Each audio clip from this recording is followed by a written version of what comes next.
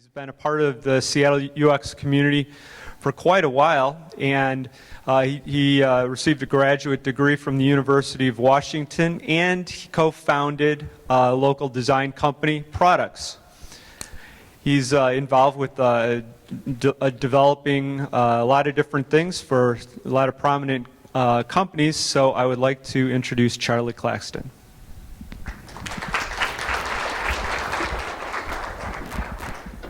Thank you, Joe. Thank you very much, not only for coming, but for returning from lunch with it being so sunny out here. So I appreciate it. Much like most of you in the room, I've spent a lot of time in the industry and have done a bunch of different things. Back in 2007 or 6-ish area, I started Products. I landed Amazon as my first account, and then kind of enjoyed this ride along the way as we're doing. And one of the things, like most people in here, what I've used to kind of further educate and supplement myself and kind of continue to learn. I've gone to a bunch of conferences, there's a lot of self-taught, and I've read a lot of different books. And one of the ones that I thought maybe kind of interesting, have any of you read this book? Ooh, we got one too. All right. So it's an interesting thing. During the time in this book, there's a gentleman that they write about. His name's Eugene Pauly. And the story goes is that he had got a viral infection. And the viral infection, in some very rare instances, can actually affect and do damage to the brain.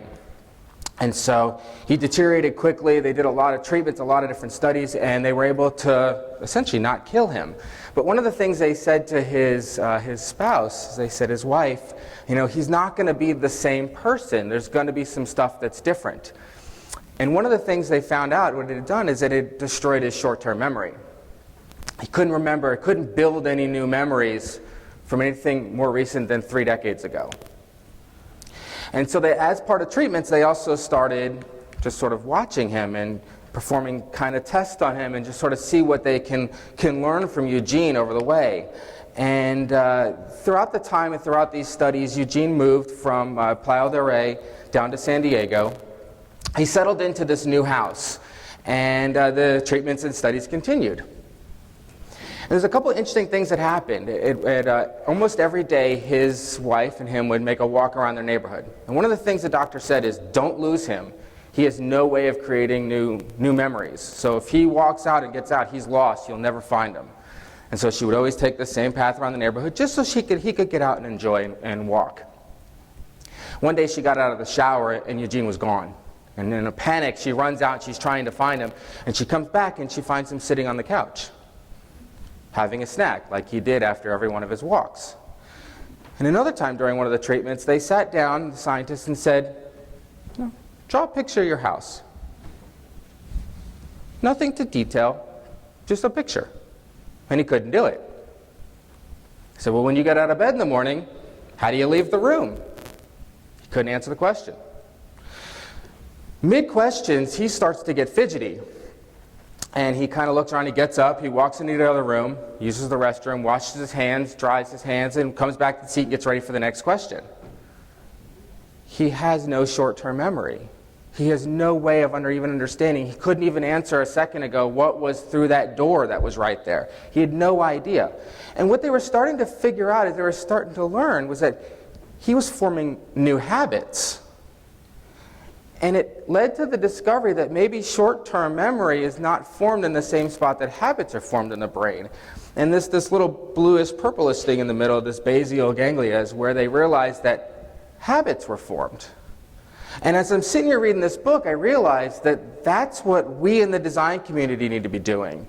We need to be designing habitual designs, things that are habit forming, things that our users just do. They don't even learn, they just start to do things. What Eugene was starting to do is he was putting these elements together in his life, and they were sparking sort of the next thing to do as he evolved as a person. And it's interesting, it reminded me of a gentleman named Dr. George Miller. He was a professor at Harvard. He delivered that famous paper, the magical number of 7 plus or minus 2. And during that paper, one of the things that opened up was this new field of cognitive psychology. And guess what's at the root of habits? Chunking. And chunking is at the root of this plus or minus 2 thing. And so if you think about it, during the day there are dozens, if not hundreds of behavioral things that we chunk together that we rely on for everyday life. One of the big ones is driving, right? And obviously, the better you are, the more enjoyable it is for your audience, but it's a set of complex things. And remember back to when we were all first starting to drive, 15 and a half, 16, whatever the age was, wherever you grew up. And you pull out of the car, the driveway for the first day, and you put the car, you sit down, check all the mirrors, nervously put the car in reverse. You think about how much pressure do I put on the gas? Do I take off the brake? And you slowly glide back.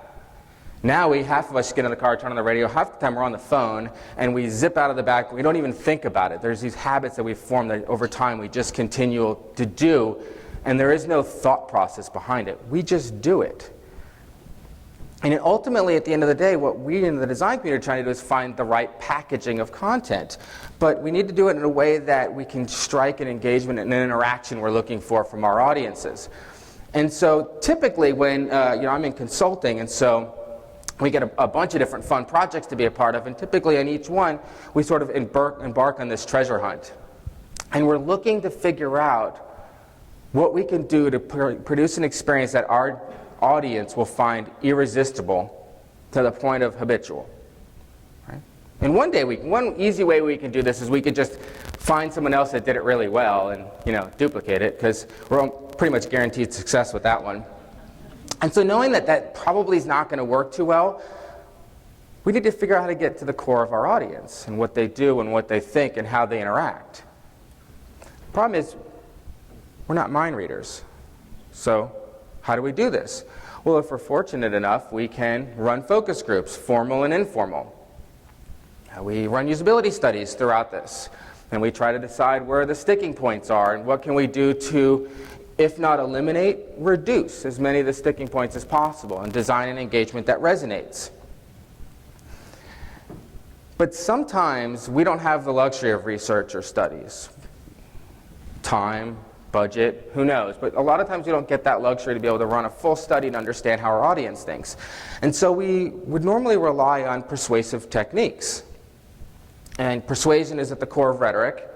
And rhetoric, we know, is the art of discourse. The problem with rhetoric is that it's typically associated to politicians. And, salespeople have the ability to sell us a product we actually look like idiots using, and yet we still buy them. And so, but persuasion and techniques and rhetoric's all around us. I have two small kids, a 2.5 and a 4.5. I walk by a restaurant that looks like this, we're not stopping. Nothing good's going to come out of this meal. I don't care if there's a kid's menu or not. We're moving on. All the different visual cues that this place has laid out for me, I actually can pretty much guess how much this dinner is going to cost without even looking at the menu.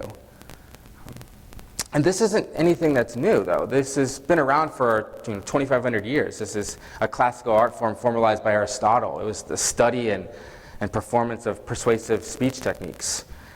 And what we find, according to Jeffries Altman, he wrote this great book. It's called The Customer Thinks. It's the essential insights into the mind of the market. 95% of cognition occurs in our subconscious mind. What we find is that carefully selected text can actually reach our subconscious without us even realizing it. There's an interesting test by a gentleman named John Barrow. He was the professor of psychology, previously at NYU. He's now over at Yale. And he had this test, and it was called the scramble sentence test. And this is how it worked.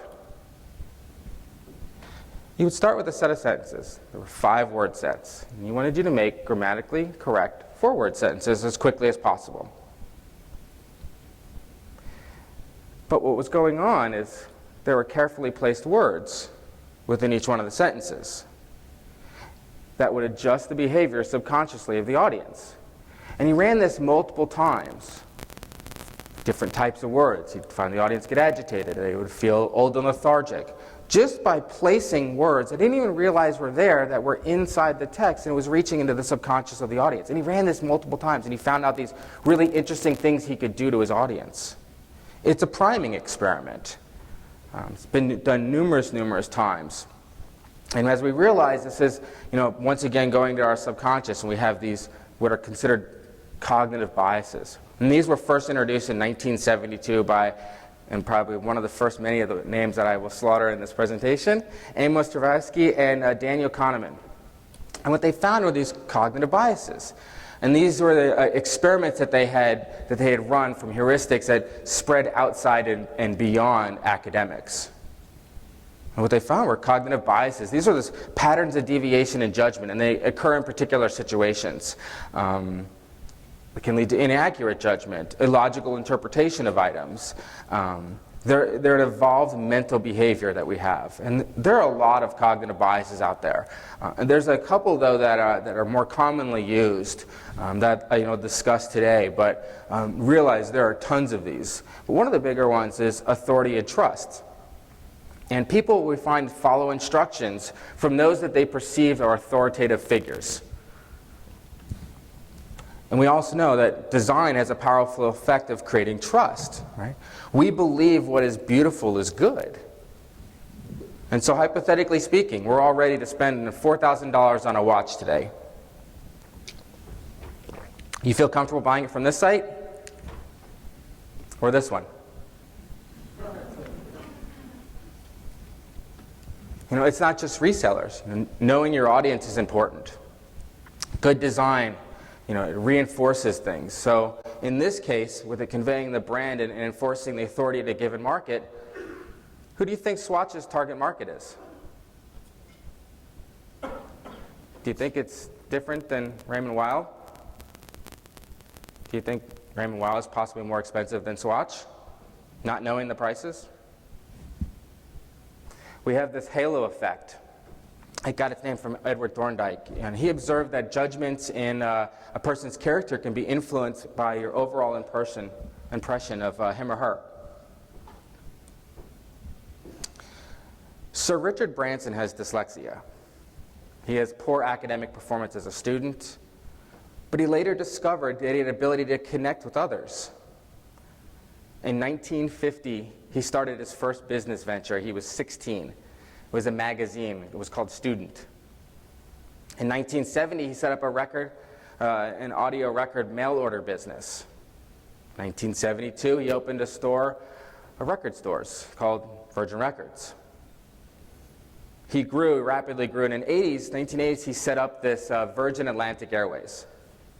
In 1992, to keep the airline afloat, he sold the Virgin label to EMI for about £500 million. It was actually said that he wept on the day of the sale.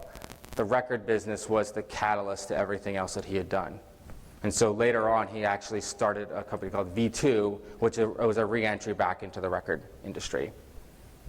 The Virgin Group now has more than 400 companies. He has a net worth of $4.2 billion. His antics and his stunts and how he does things generate buzz. It's who he is, and it's evident in his brands. If any of you have flown on Virgin Airlines or any of their airlines, and compare that to Delta, it's a completely different experience. He has this fun level. He likes to push the limits. I fear for his insurance company. It's got to be outrageous. But he has a lot of great things, and it makes its way through the whole company. In 1978, Kaplan studies yielded much of the same results, and they started focusing on what was the halo effect. And Kaplan later actually found that attractive individuals were rated higher in qualities, stuff like creativity, intelligence, sensitivity, much more than unattractive individuals. In addition to these studies, Kaplan found that women were influenced by the halo effect more when it was presented with someone of the opposite sex. When presented with someone of the same sex, though, they would rate these individuals lower on socially desirable qualities. So what's attractive? Well, according to science, 18-year-old Florence Colgate over here is. The distance between her eyes, her ears, and her pupils is 2 to 1, the scientific ideal. The distance between her mouth is just another third of a distance from the hairline to her chin. It's another measure of perfect. So according to science, she has flawless proportions. According to People magazine, Matt Damon was the 2008 sexiest man alive. Or if you ask my wife, the only reason to watch any of the Bourne trilogy. We also have this concept of framing, and it's how you can encourage certain interpretations and discourage others. You remember Amos and Daniel from earlier? They also ran a set of experiments, and what they were trying to figure out is, could different phrasing to participants about a particular made-up disease and disease prevention, would they have different responses and different answers? So they created this fake disease. And they said 600 people were affected with this hypothetical deadly disease. Here's your options. Option A, 200 people's lives are saved. With option B, we have a 33% chance of saving all 600. And we have a 66% probability of saving no one. Option B is risky, so 72% chose option A, whereas 28% chose option B. In the second test, we tried it differently. In this case, 400 people die if you pick option C. For option D, 33% chance have no people will die, and 66% probability all 600 would die. For those of you fast at the math, it's the same answer regardless of which one you chose. And essentially they were framing here, and what they found was in the first case they were framing it against positive emphasis of lives gained versus the negative side on the second one. And all that did was just change which one people selected were solely based on how they framed the answer, even though it came to the same number at the end.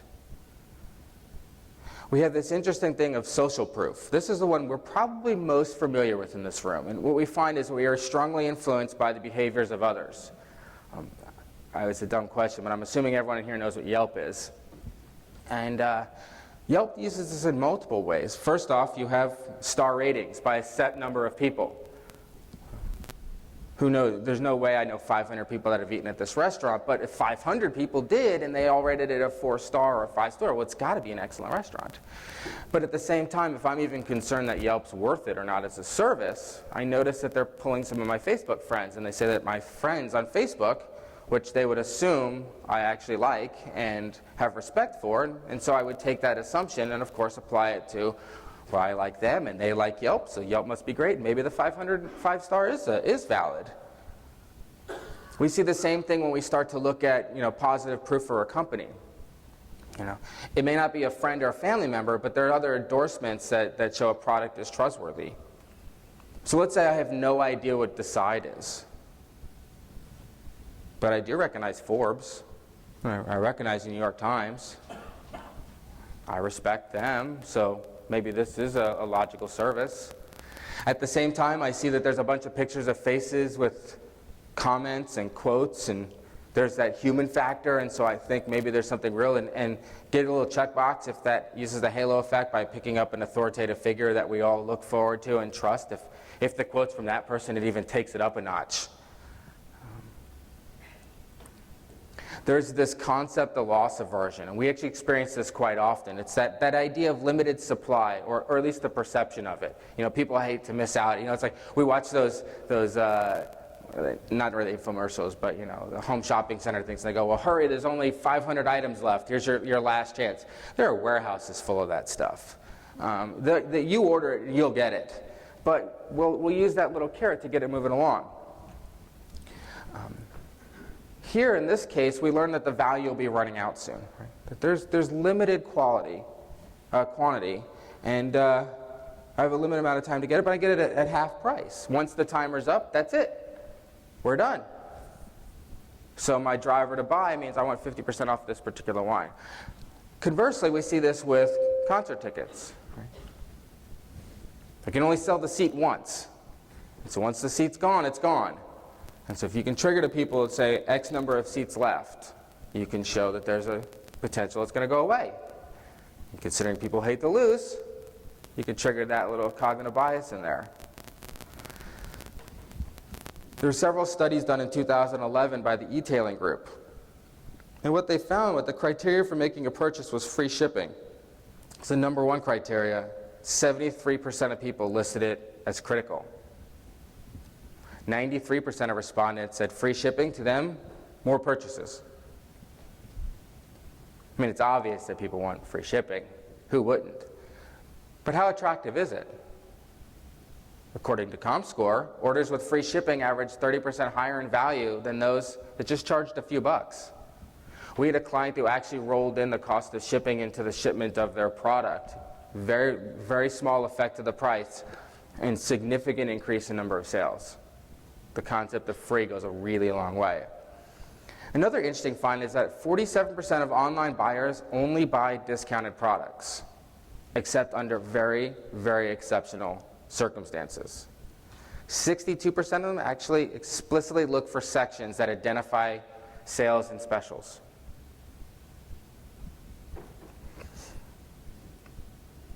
A gentleman by the name of B.F. Skinner was regarded as sort of the father of operant conditioning, and it was based on Thorndike's law of effect. It's the learning of an individual's behavior is modified by consequences. We see this in park benches, right?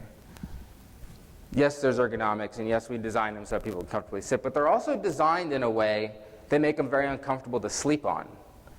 So it keeps people from spending the night on the benches at parks overnight. We'll be taking a tour of the library over here. I think it's tomorrow or Wednesday. The women in the room will not be able to enjoy this experience, but in the men's best room, they used to have problems with patrons spending really, really long time in there, kind of living in there. And so in order to cause people to not want to spend so much time, the entire thing is painted this limeish green color.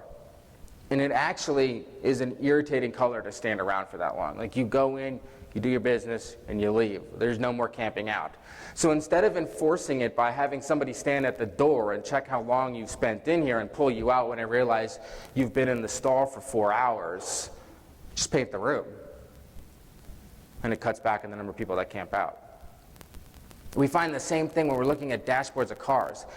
You know, all you need is that one time where you drive off without your seatbelt on and you hear beep, beep, beep, and the light flashes that you don't even think about it. You just snap it in and you're done, and you drive off. It's a quick response, it's a quick beep, it's a quick signal, and you react. There's very little, if any, thinking involved. We have this focusing effect, and this is human tendency to rely on a trait more heavily when making a decision. And most of the time, the trait doesn't even have anything to do with the decision. And typically, we hear of the focusing effect. We also hear about anchoring. But there was an interesting study. It was a gentleman named Dan O'Reilly. He's a psychology and behavioral economics professor at Duke University. And he ran this interesting test. He asked everyone in the audience to write down the last 2 digits of the Social Security number. In my case, it's 51. And what he did is he said, would you be willing to spend that kind of money on an item you don't know anything about? Wine, chocolate, computer equipment. And then he set them loose on this, private auction type of stuff. And he asked them to bid on those items. And what he found was those with the 2-digit numbers that were higher submitted bids that were 60 to 120% higher than those with the lower Social Security number, which became the anchor. Has nothing to do with the product. They'd fixated on that number in their head, and that number dictated and directed on how they were going to engage and react when bidding on prices of products. A very interesting study was also done on the pricing of beer. In this book, Priceless, the author revealed the study. What he did was he started the test with 2 beers, priced one at $1.80 and a premium beer at $2.50. Found that 80% of people bought the premium beer at that price. Then he introduced this super cheap beer at $1.60. So now we have $1.60, $1.80, and a $2.50. With these 3 options, 80% of people chose the middle option, where 20% of the people chose the $2.50. Nobody bought the cheapest. In the last study, he introduced a super premium beer at $3.40. And at the same time, he removed the super cheap beer. So now we have a $1.80, a $2.50, and a $3.40. With all 3 beers in place, the most people chose the $2.50 beer again. And although a few people chose the cheapest, now 10% chose the most expensive option. He was able to drive people to the price point he wants solely by wrapping prices around it. We see this in SaaS solutions often. At $150 a month, that $50 and $20 looks like a pretty good deal to me. So if you want to drive people to prices, you can get them by framing and anchoring into certain areas and get them to focus on that. If you wanted to get them at the 150, you put a price tag a little bit higher or move the smaller one, and you'll drive people to that because it's no longer seen as the most expensive, and price drives. The most important thing, though, is we need to listen to our audience. Who are you trying to connect to? How do they behave? It's almost like we in our industry are these little private detectives. And you know, much like probably everyone's heard at some point, they go, well, who's your customer? Well, everybody. It can't be everybody. There's no way. Do you really have an audience of 100,000 people that are supposed to use this? Because if so, this is like listening to a mob yelling at you. And you can't make out anything. And so if you design your site according to everybody, then you're going to fail. So maybe this is our audience. And these are the people we're trying to target. And we figure out what they want. And of course, first thing everyone says is, well, speed to purchase. I mean, that's what everyone wants. So we just want to drive them to the price and sell and boom and get out, right? We even hear about it as the 3 clicks rule. In e-commerce, the more clicks, the less purchased. What else do we hear? More times you click the back button, you're probably failing. So was it the number of clicks that mattered? Or was it something else that was caused failing? On the surface, it's a brilliant idea, the 3 clicks rule. It's one of the well-known UX cliches, and it makes perfect sense. If users can't find what they're looking for in the first clicks, they're likely going to leave. They'll probably be frustrated.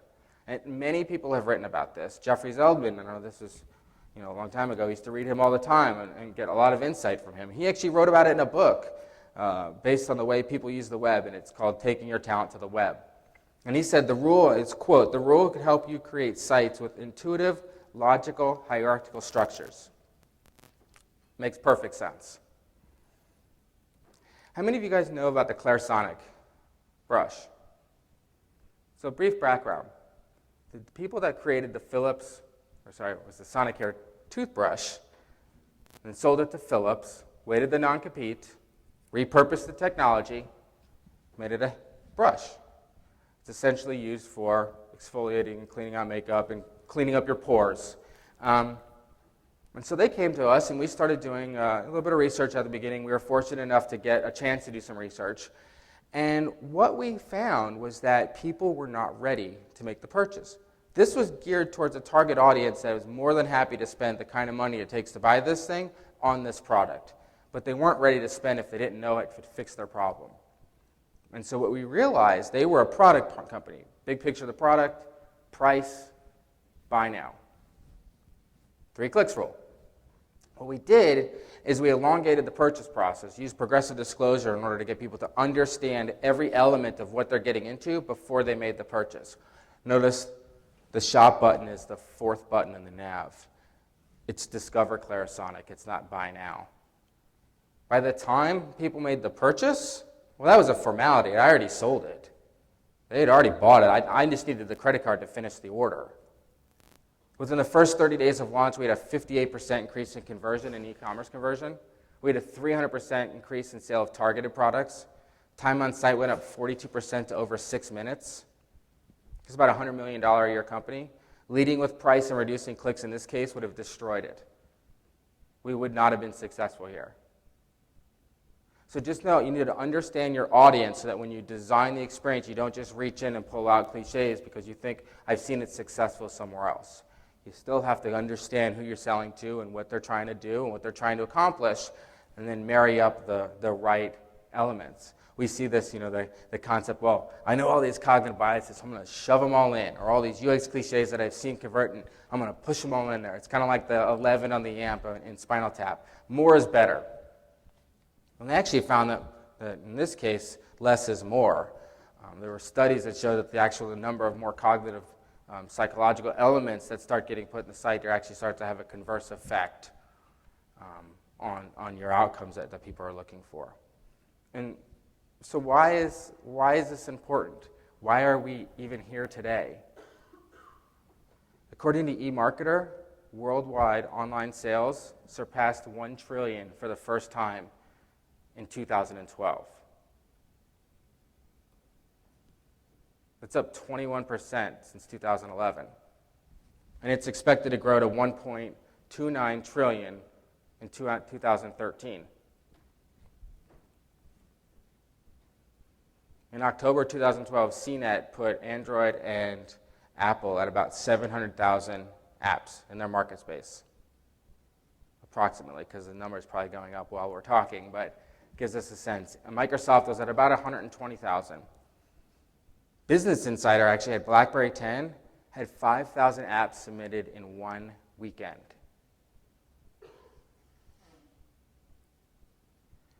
And those that create those habitual experiences, in my mind, will be the ones that will be successful. That's how you're going to stand out in that market.